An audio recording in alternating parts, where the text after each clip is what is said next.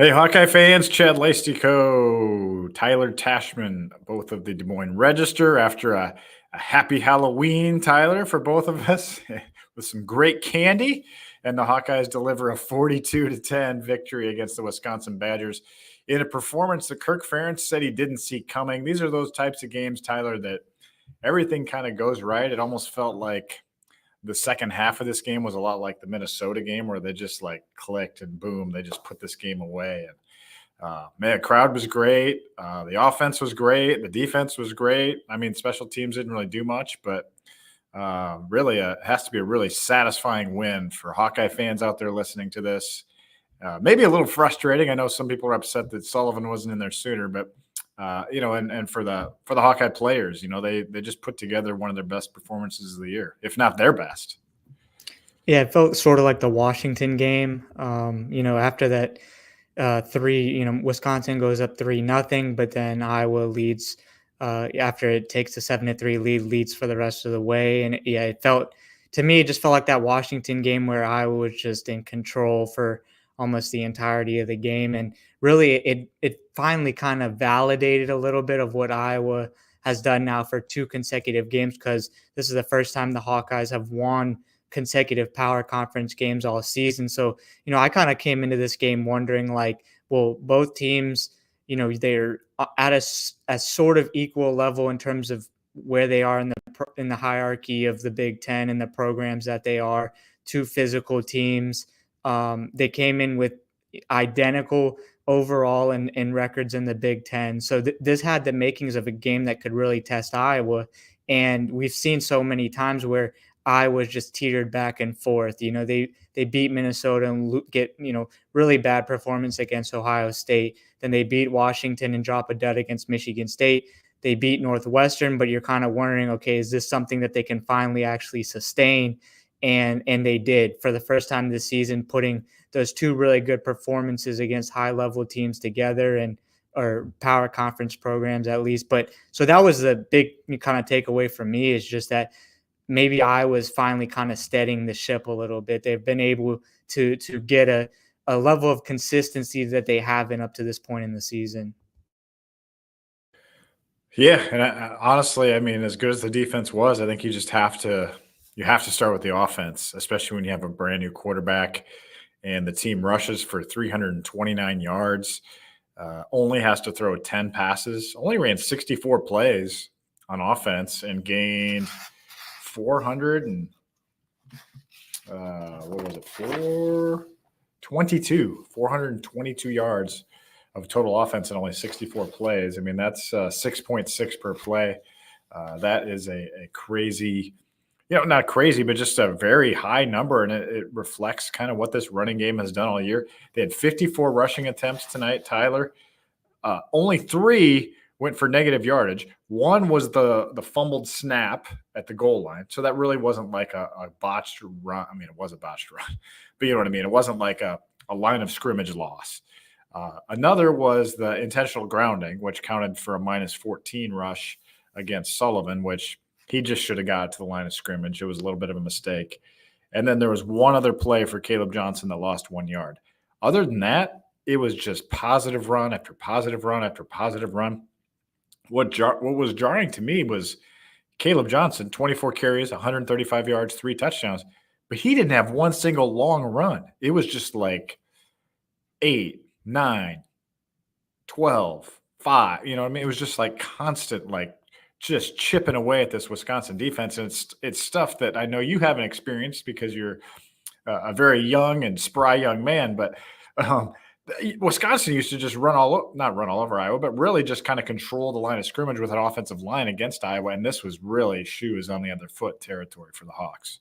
And on both sides of the ball, the defensive line too, just kind of pushed around Wisconsin. And that was something that, you're wondering whether the Wisconsin run game could pose a real threat for Iowa's defense. And that just really wasn't the case. But I mean, Brendan Sullivan's first career start at Iowa. I mean, it's hard to look at this any other way than a success.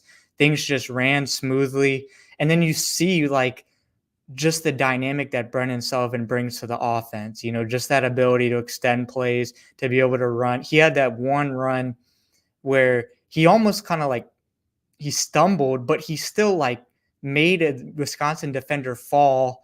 And then he like put like basically turned someone else around. And so Iowa only, they threw the ball 10 times. And I think Iowa's passing game just is what it is at this point. But like, if the running game is this good, who cares? Like Iowa's offense has, and I think also we just need to give some credit to Tim Lester, because it is wildly impressive how quickly he has been able to turn Iowa's offense just from an absolute broken offense in shambles to it's more than competent at this point. Like, there's been a handful of games where Iowa's offense it's been fun to watch. It's had some explosion to it, and credit to Caleb Johnson. He's a big part of that as well. But it just seems like Brendan Sullivan just fits so well with what Tim Lester wants to do. And it was fun watching Iowa's offense against Wisconsin. And they made Wisconsin's defense look like they could pose very little resistance. From early on, the way that they were imposing themselves in the run game,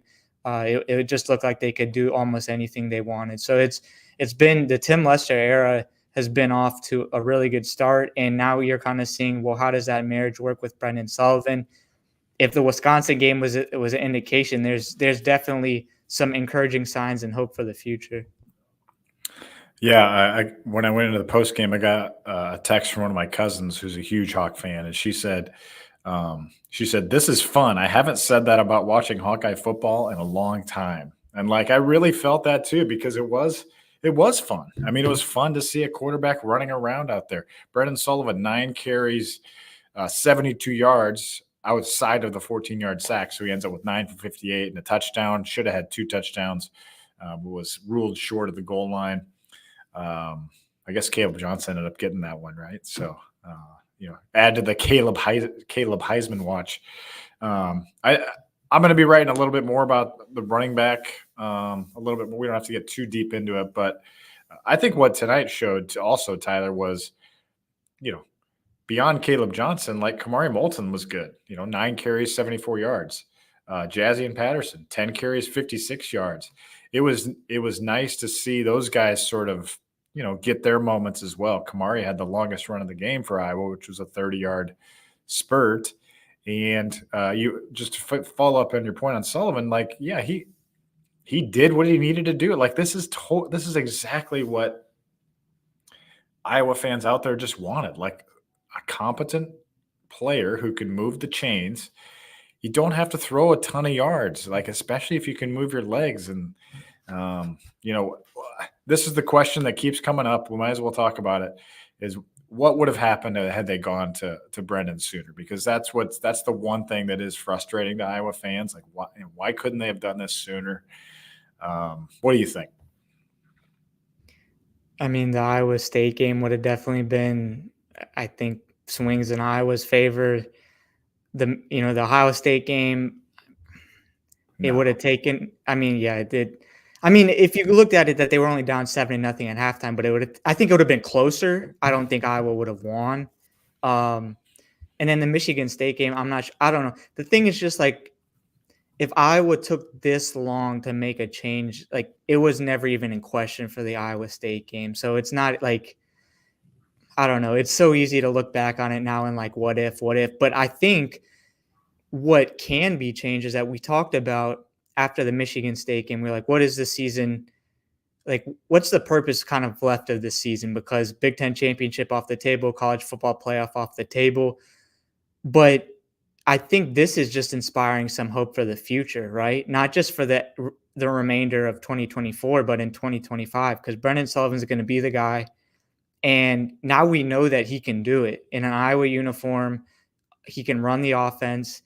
I don't know. It just makes you feel better about, I think that's what fans needed is something to feel good about the future, something to kind of grasp onto, because there's so much uncertainty with just all the roster turnover that's going to happen with all the key pieces that are moving on after this season, that, we can spend hours probably talking about, well, how would it change Iowa's season if Brendan Sullivan played against Iowa State or against Michigan State. But at this point, what they can change is what the future might look like. And I think Brendan Sullivan coming in at this point just brightens the outlook of the future for Iowa football at this point. And a lot of questions in the YouTube here about what's quarterback situation look like next week against UCLA. It's a short week, Friday game. We'll find out. I mean, that'll be a big topic on Tuesday, obviously, because we won't know then whether Cade McNamara is cleared. He was just in sweats today. I mean, there's a 0% chance that McNamara starts at UCLA, even if he is cleared. I mean, this is clearly, Sullivan has momentum here. Ferentz would be crazy to shake that up. I don't think there's any way that he would do that. He played well. I mean, Brendan played well. He didn't turn the ball over. I mean, Cade McNamara did turn the ball over some this year. He was pretty efficient in some of the games, but he has turned the ball over. And Sullivan just is not a mistake guy. There was the fumble at the goal line, yeah, but they got it back. No turnovers for the offense again. Cade McNamara is still the only player on the team that is committed to turnover this season. That's another thing I think we should give the running backs credit for. They have not lost a fumble all year, Caleb Johnson and company. And you do say anyway, so that's where things stand at quarterback. Jackson Stratton was the backup today. I guess if you didn't read like the live blog before the game, or I mean, people are still asking me, why isn't Lainez out there? Well, he broke his thumb in practice on Monday, had surgery Wednesday. He's out 5 to 6 weeks. So he will be, back at the bowl game at best. And Ferentz did talk a little bit about that after. He's like, yeah, it's a huge missed opportunity for Lainez. He's, he would have been number 2. And honestly, like Sullivan Lainez, like 1-2, wouldn't be bad, because at least Lainez is a similar type of guy that you can game plan with. And it was kind of funny. Like somebody asked Connor Colby after, like, what isn't it like, what is it? I don't know. Isn't it great? They didn't say this, but like, isn't it great? This is what Iowa fans would ask. Isn't it great to have a mobile quarterback for once? And he's like, oh, I think we could do all that. We could do that run stuff with either Cade or Brendan. And I'm just like, what are you talking about? There's no way they could do any of this stuff with Cade, not the run stuff with Cade. And I just love that they did the RPOs to open the second half. And they four second half drives, Tyler, 4 touchdowns. And yeah, so I mean, Kirk he didn't designate an injury designation on Cade after the game. Like, he didn't say definitively whether he will or will not be available against UCLA.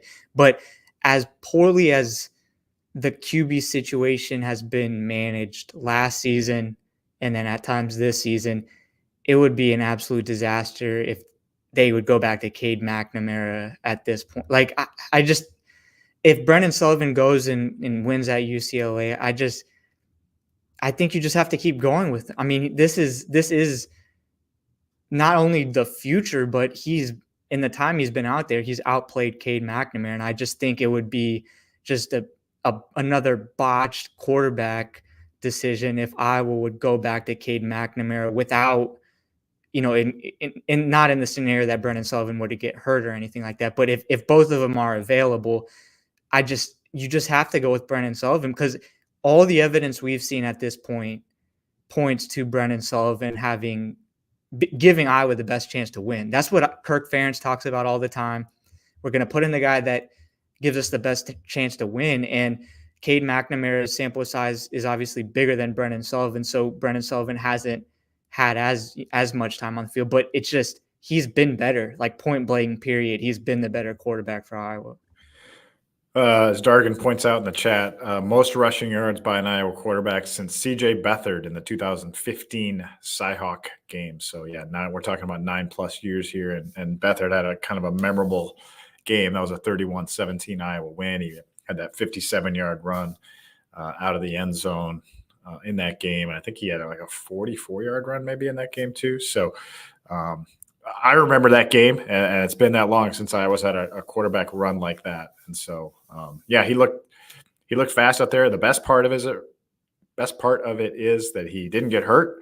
because that was the thing you're most worried about. And that's the best part about a Cade McNamara return, is it would give Iowa some depth. We don't know if he's going to be cleared or not. So what else? Zach Ortworth played today, played, led the team in catches, led the team in yards, 3 catches, 66 yards. Had a 52-yarder in the second half. That was the fourth quarter, right? When Brendan had to make throws, he made the throws. That was a really nice throw. Yeah. To Zach Ortworth. He also had a really, really big connection. I thought it was a huge play to end the first quarter with a first down pass to his buddy, Jacob Gill. I felt like after everything that went crazy in the first quarter, it just kind of – I sent this to my text group. It just kind of calmed things down. It was like, okay, we're fine. They're in – Hawkeyes were in scoring position at that point. They end up punching in that touchdown. Who scored it? Oh, it was Sullivan on the sneak, right? Yeah, Sullivan on the sneak on 3rd and goal. So – I just felt like, for as crazy as all those penalties were, that was a big throw. And again, like Sullivan gives you everything you need right now if you're a Hawkeye offense. And it would be, even if he loses against UCLA and looks pretty good, I would not advocate turning back to Cade McNamara against Maryland. I mean, he would have to look really bad against UCLA for me to swing that opinion, because I think you just got to give him the shot now. Yeah, I mean, he just checked all the boxes. Yeah. I think, and particularly what he did against Wisconsin. So he only threw 10 passes, but he's still 70% completion rate. Like, that's really good. He looked good throwing the ball. And then, to be honest, more than just like his ability to run and design plays, I think the bigger thing that he brings is like just the ability to extend plays in the pocket. Because I don't know how many times Cade McNamara or Deacon Hill, or Spencer Petras, not to pile on them, but like they would have been sacked in a situation that Brendan Sullivan was just able to get out of. To me, that's the bigger thing than being able to run. Because I think given the quarterback situation right now, like Iowa isn't going to be jumping like crazy to put Brendan Sullivan in running situations, but just the ability to extend the play and not get sacked, I think is the big thing. And so he showed that. I mean, just everything you could have wanted from him, and not turning the ball over too, another big thing. So almost pretty much everything you could have wanted out of him out of the start, I think he delivered. And just because I think the thing with Cade McNamara is it just felt like Iowa was just running in place, right? It just was the same thing.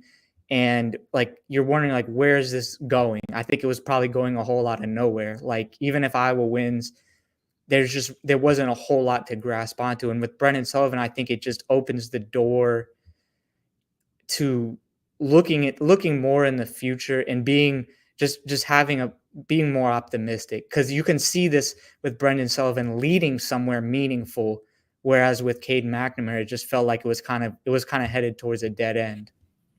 Yeah, well said. Yeah, I mean, Brendan gets here in June. I think probably the biggest knock on him is he just didn't have as much time learning the Tim Lester system, so he was just kind of playing catch up. And of course, they said it was close in fall camp, and so if that's if that's part of your rationale, well, then in that sense, that if he's caught up this fast and now he's running the first team offense just fine, like, you would think he's going to actually progress more, have a higher ceiling than Cade McNamara if he's getting constantly developed by Tim Lester here, because we've seen McNamara's ceiling. We've said it time and time again. It's a very low ceiling. It's a very low ceiling with Cade McNamara. Whereas with Brendan Sullivan, you have more opportunities for, an explosive run by the quarterback. I mean, it truly has ever since he came in the second quarter against Northwestern last week. The run game has been pretty much unstoppable. I mean, Caleb Johnson running wild last week against Northwestern, Sullivan too. And so, yeah, it just doesn't make any sense. I mean, I feel like it's just a silly argument to keep having because we're arguing the same thing with each other. But like, it's almost like Iowa coaches just need to be reminded, like, this is such a clear-cut thing. Like, don't even think about going back. Like, that would be malpractice at this point. And I don't really think – I think there's just no chance that it's not Brendan Sullivan's job this week, regardless of what McNamara's health is. If he's cleared on Monday, I still think it's Sullivan's job. But anyway, What else? What else, Tyler? Before we get to No, I three-word mean, headlines. just after a really just jarring performance by the defense against Michigan State, it's been 2 in a row, really good performances by the defense, first against Northwestern and then against Wisconsin. But, it feels like maybe Deshaun Lee someone has finally separated themselves in that other cornerback spot opposite of Jamari Harris. Deshaun Lee, he gets his first career interception at Iowa. And then he also had a really nice pass breakup in the end zone that saved the touchdown. So it seems like he may be finally out of that trio of John Nestor, who has been injured, and TJ Hall. He's kind of establishing himself in that role. But Nick Jackson with the pick as well. So the last 2 games, Iowa's defense has just looked a lot more like Iowa's defense, like the standard that we expect out of it after that Michigan State game. And I think a big part of that is the secondary. I think the secondary, part of that is Deshaun Lee emerging, but the safety play, I feel like the safety play there hasn't been any kind of major holes. There's been a limited amount of explosive plays, which is something that really came, to hurt Iowa in the Troy game and the Iowa State game. It feels like they've kind of figured that out. So I think maybe the biggest thing right now is just growth. Like this team seems to be growing in the right direction. Like if you look from, some of the mistakes they made earlier this season to the point they are now, like they are, I think, pretty easily a better football team than they were 2 weeks ago and probably 2 weeks ago before that. So it's just growth. I think the defense is kind of a testament to that. Yeah, and all the Hawkeye fans that claim to have abandoned ship because there's nothing more to play for this season. Didn't notice that tonight at Kinnick. Like Kinnick was on fire tonight. The crowd was great. I'm sensing a lot of excitement around this team, and yeah, they're not going to make the playoff, but there's still there's 3 more games here to play. And it's at UCLA. You're in the Rose Bowl this week on national TV, and then you get a bye, and then you play Brian Ferentz in Maryland, and then you play Nebraska here at Kinnick under the lights to end the regular season. And if you can somehow win all those, it's not the playoff. I get it. I know, but you're going to be a 9-3 team with another chance at a decent. You're probably going to be like 15th in the national ranking, something like that, 18th, with a chance to finish with a 10-win season. So 3-word headlines, a lot of great ones tonight. Let's start with Cody Hills, our buddy. Says, our song now, referring to Jump Around. They had Jump Around going in the locker room. They had it going as they grabbed the Heartland Trophy tonight, Tyler. You got to experience Jump Around last year in Madison, right? Right? You were I there, did not. weren't you? I What? did not. I was I don't. sick. Oh, that's right. That's right. Oh, okay. Well, they'll be playing there next year, so you can experience it. But it's now Iowa's song, according to Cody. Yeah. You're familiar with the Jump Around thing, right? Of course. Yeah, okay. Yes. Yeah. Okay. I just want to make sure you were staring at me like you didn't know what I was talking about. No, I know, of course. Yeah. Gabe Johnson, Zach Johnson's brother, but known to us as the best 3-word headline guy out there. So I shouldn't have said Zach Johnson's brother. I should say, Zach is Gabe's brother. Lester for Broyles. That was the theme of my column today. Like, what a hire Tim Lester has been. I know you touched on it, Tyler, there, but geez, 329 rushing yards against what you got the Big Ten's #1 rushing offense through 9 games of this season. And really, there's not been much of a passing attack. So it's like the defenses pretty much know what's coming and they still aren't able to stop it. And I think also just too, like Iowa's offensive line, they probably deserve a little bit more love than they've been getting because that was a rebuild with George Barnett, and it felt like this season was kind of make or break it. And they've played really well, and they've been. I mean, I don't think Caleb Johnson, does what he's doing without the way they've been playing. Impetus Hawkeye says, don't fire Ferentz. We've gotten a lot of fire Ferentz-ish headlines lately. Don't fire Ferentz, he says. Jeffrey the Greek, another Hawkeye November. I should have put this in one of my things. Maybe I will in my next one, right? But Iowa's now 19-1 in its last 20 November games. I like this one from Carl Althouse. Says Hawks cream cheese. Beat the Cheeseheads of Wisconsin. Have you ever had some good Wisconsin cheese, Tyler? I mean, I'm sure I probably have. I can't remember off the top of my head, but I'm a big I like Gouda, smoked Gouda. Hmm. That's Hmm. actually really the only cheese I don't like is Swiss. I don't like Swiss either. Look at us. We're on the I same page after the we're Halloween the Halloween fights. snafu. No, my I Swiss agree. is Swiss is not good. it's like I don't know, it's just like it's just bitter almost. Like I don't know. Every other cheese is good though, pretty Yeah, I much. agree. No, I don't like brie cheese that well. I'll say Oh, that. I don't like oof, brie that's cheese. tough. I'm not a huge blue cheese fan, but I'd No, still I guess I rather have don't. it over Okay, Swiss. so we're starting to make a list of cheeses we don't like, Yes. but obviously Iowa wins the battle today, beats the cheeseheads. Irrational Hawkeye says change is good. Omaha J can't start Cade. Brett Johnson, that's the upside. I like that one. Gary Mance, mobility is winning. David Jacobson, running is winning. Carla Rokos, not going back. So I agree. You can't, I mean, you gave Cade 8 games, concussion or not. He wasn't good enough. You can't pull the plug on Brendan Sullivan soon. I agree. Not going back. Um, yeah, Greg at Luddy11 says starting QB decided. I mean, everybody's just in the same camp here. I mean, we're speaking their language out there. It's like, the one person out there that everyone's scared is going to change his mind and put Cade back in.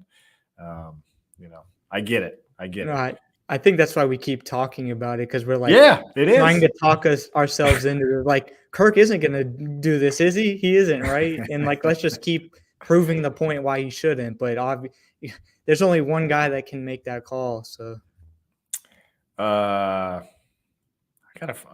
James Gillum says jump around this. I like Chad Spoor says QB1 is QB1. Regan Grimm, how about let's finish with this? Let's go bowling. It's you get accustomed to it following the Hawkeyes that they're bowl eligible, but hey, Nebraska lost at home against UCLA today, still not bowl eligible. Nick Jackson, after the game, talked about how happy he was to know that he's going to get another extra few weeks as a Hawkeye. To have that bowl game to look forward to. Now they don't want to go to it 6-6, and I don't think they will go to it 6-6. But they're 6-3 now, 4-2 in Big Ten play. It does mean something, to get these wins. I think 9 wins in the regular seasons it's on the table. It's realistic. I mean, I think they might still drop one more somewhere in the last 3 regular season games. But if they play like they have the last 2 games against Northwestern and then against Wisconsin, I think certainly winning out and finishing the regular season with 9 wins and then possibly having another 10-win season by winning a bowl game is definitely a real possibility. Yeah, one more headline actually, because it was interesting. John McClure says Fickle in trouble. I mean, how about that? Luke Fickle was deemed kind of the hot hire in the Big Ten last year, like in all of college football, going from Cincinnati to Wisconsin, and Wisconsin's identity is gone now. They used to be the bullies of the Big Ten in some ways. That was what Iowa used to pride itself on, and Wisconsin had those maulers up front, and just didn't happen today. Just didn't happen against, a Hawkeye team that dominated the trenches on both sides of the ball. So, what do you real quick thoughts on UCLA before we go? They beat Nebraska at Nebraska, so this is Iowa hasn't been great on the road this season. They beat Minnesota, but they also lost to Ohio State and Michigan State. So this is probably more of a dangerous UCLA team than we would have thought, coming into the day. Yeah, I mean, you look at their results; they got smoked by Indiana, and I felt like when people saw that, they're like, "Oh God!" When I kind of thought this too, I was like, "Oh God, they must be terrible if they got beat by Indiana in the Rose Bowl by 29." But Indiana is for real, and they've honestly been pretty. UCLA has been pretty good lately. October 5th at Penn State, they lost 27-11. Like, that's not terrible. Then they lost to Minnesota in a game they shouldn't have lost. They totally squandered that game at home. And Minnesota, we've seen, has turned into a pretty good team. At Rutgers, they won. And then now at Nebraska, they've won. So they haven't been back home in almost a month. So now they come home to face the Hawkeyes. I talked to one assistant coach before the game. He's like, yeah, that does some of the scouting, not an assistant coach, like a help. And the guy that does scouting for him. And he's like, yeah, they're really athletic. They're a really athletic team. UCLA is. So, that's something. Brendan, I wouldn't say Wisconsin was an athletic team, like compared to what UCLA is going to have. So could they combat Brendan Sullivan's runs, that type of thing? It'll be something to watch. But short week, Tyler, short week. We'll be there. And you got a men's game Monday night. Yes. Again, who are they playing? Regular season opener against Texas A&M Commerce. Texas A&M Commerce. Okay. Yes. Okay. And then they Powerhouse. play again. Yeah. So Tyler Tachman will be at Carver Hawkeye for that. We're going to close down Kinnick now. Tyler Tachman, Chad Leistikow, thanks for joining us on this postgame pod. Hawks beat Wisconsin 42-10. Talk to you later.